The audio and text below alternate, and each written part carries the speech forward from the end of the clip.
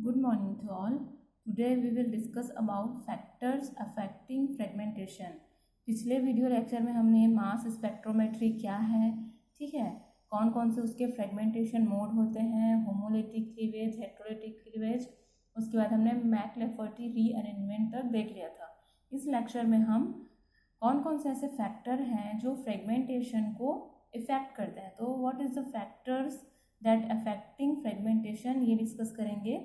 तो mainly 3 factors which affect the fragmentation, ठीक है। तो first factor is thermal decomposition. Thermal decomposition, तो how thermal decomposition effect the fragmentation, ठीक है। जितने भी थर्मोलेबाइल कंपाउंड होते हैं, थर्मोलेबाइल कंपाउंड में क्या होता है, थर्मल डिकम्पोजिशन होता है, ठीक है। और ये थर्मल डिकम्पोजिशन कब होता है, जब वो आयन सोर्स में होते हैं और बिफोर आयोनाइजेशन, आयोनाइजेशन के पहले जो आयन सोर्स में इसका क्या हो जाता है, थर्मल डिकम्पोजिशन, जो मास स्पेक्ट्रा में कुछ प्रॉब्लम जो है क्रिएट करते हैं, ठीक है। तो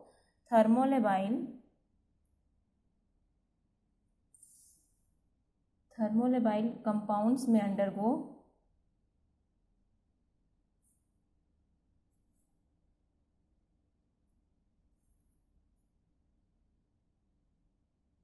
thermal decomposition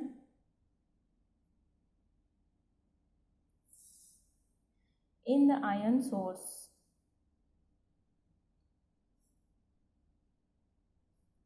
before ionization, which may cause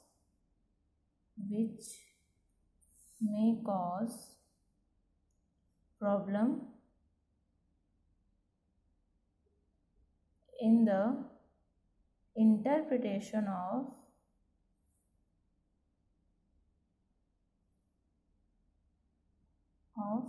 mass spectra, ठीक है। मास स्पेक्ट्रा में करते हैं, प्रॉब्लम क्रिएट करते हैं।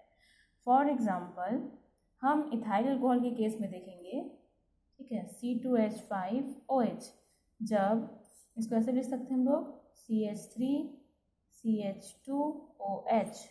इथाइल अल्कोहल को जब हम लोग क्या करते हैं, थर्मल डिहाइड्रेशन, जब इसमें क्या होता है, थर्मल डिहाइड्रेशन, तो थर्मल डिहाइड्रेशन के कारण इसमें क्या बनते हैं, ethylene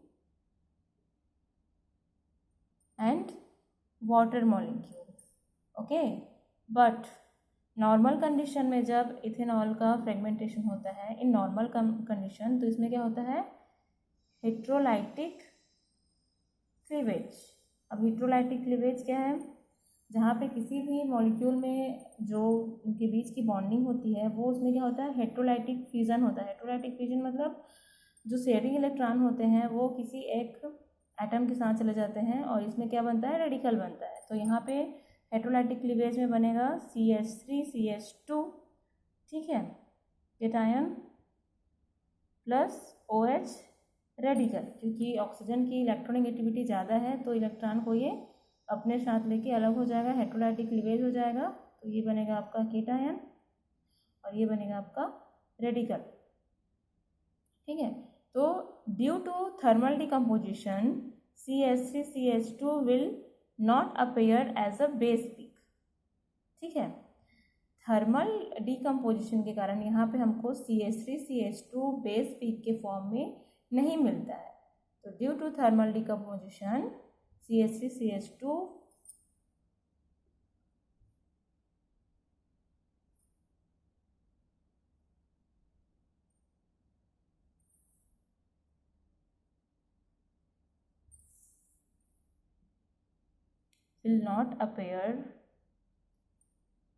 will not appear as a base peak. Then second factor which affect the fragmentation is bombardment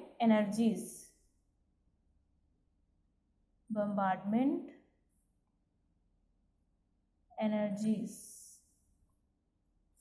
ठीक है। तो हम देखते हैं कि कंपाउंड में हम लोग क्या करते हैं, मास स्पेक्ट्रोमेट्री में किसी भी एटम में क्या किया जाता है, इलेक्ट्रॉन बम्बार्ड किया जाता है। तो इलेक्ट्रॉन बम्बार्डमेंट की एनर्जी क्या होती है, 70 इलेक्ट्रॉन वोल्ट, जिससे क्या होता है, इलेक्ट्रॉन जो है उससे एक्सिलरेट होता है, ठीक है, फिलामेंट से एक्सिलरेट होता है। लेकिन अगर क्या होता है, अगर हम लोग 70 इलेक्ट्रॉन वोल्ट एनर्जी से कम एनर्जी दें तो फ्रेगमेंटेशन क्या हो जाएगा, लेस हो जाएगा। और अगर हम लोग एनर्जी हाई देते हैं तो क्या होता है, हमको मोर नंबर ऑफ फ्रेगमेंट्स आयन मिलते हैं। तो in general the compound are bombardment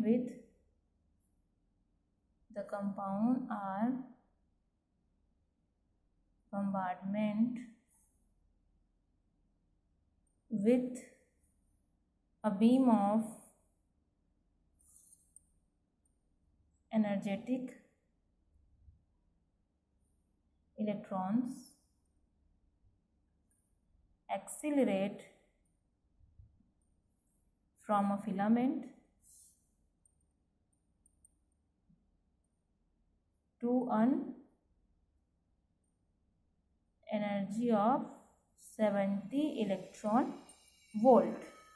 Then when bombardment energy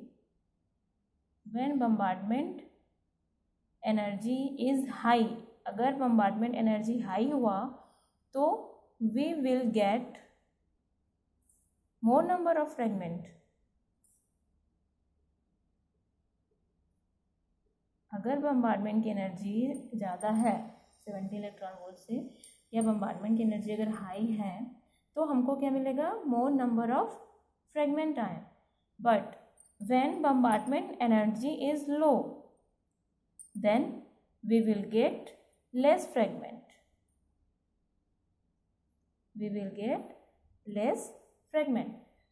And next, third factor is relative rates of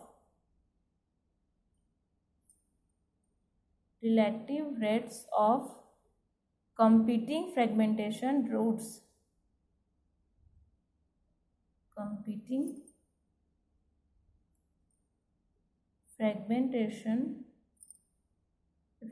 It's third factor. Okay, तो अकॉर्डिंग टू दिस फैक्टर क्या होता है, इसमें क्या कौन सा रूल लगता है, इवन इलेक्ट्रॉन रूल, जिससे क्या होता है, मतलब रेडिकल आयन पर इवन इलेक्ट्रॉन रूल लगता है, ठीक है। अगर हम लोग मान लो कोई केटायनिक रेडिकल है, जैसे कि ए पॉजिटिव, तो किसमें फ्रेगमेंट में टूटेगा, बी पॉजिटिव में और सी जो न्यूट्रल एटम रहता है। उसी तरह से नेक्स्ट में क्या होगा, ए जो रेडिकल केटायन होता है वो किस में टूट जाता है, बी केटायन में और सी रेडिकल में, ठीक है। तो दो कंडीशन होते हैं। पहला कंडीशन में जो ए रेडिकल केटायन होता है वो किसमें फ्रेगमेंट में टूट जाता है, बी रेडिकल केटायन प्लस सी जो न्यूट्रल मॉलिक्यूल है। दूसरा कंडीशन में जो ए रेडिकल केटायन हो किसमें टूटेगा, बी केटायन में प्लस सी रेडिकल में। तो ये दो जो हैं, ठीक है। According to even electron rule, the radical ion being odd electron species, ठीक है, undergo fragmentation resulting in the formation of radical ion और neutral molecule can be degrade to radical and anion, जो रेडिकल और anion में degrade हो सकता है, ठीक है। अब ये जो चीज़ें हैं वो फिर दो चीज़ पर डिपेंड करती है। पहला होता है कि excitation energy exhibited by a positive, excitation energy exhibited by a positive, and second है हीट ऑफ फॉर्मेशन, ठीक है, जो हीट ऑफ फॉर्मेशन है उस पर डिपेंड करता है। तो it is the factor affecting fragmentation. It is your next topic of mass spectrometry.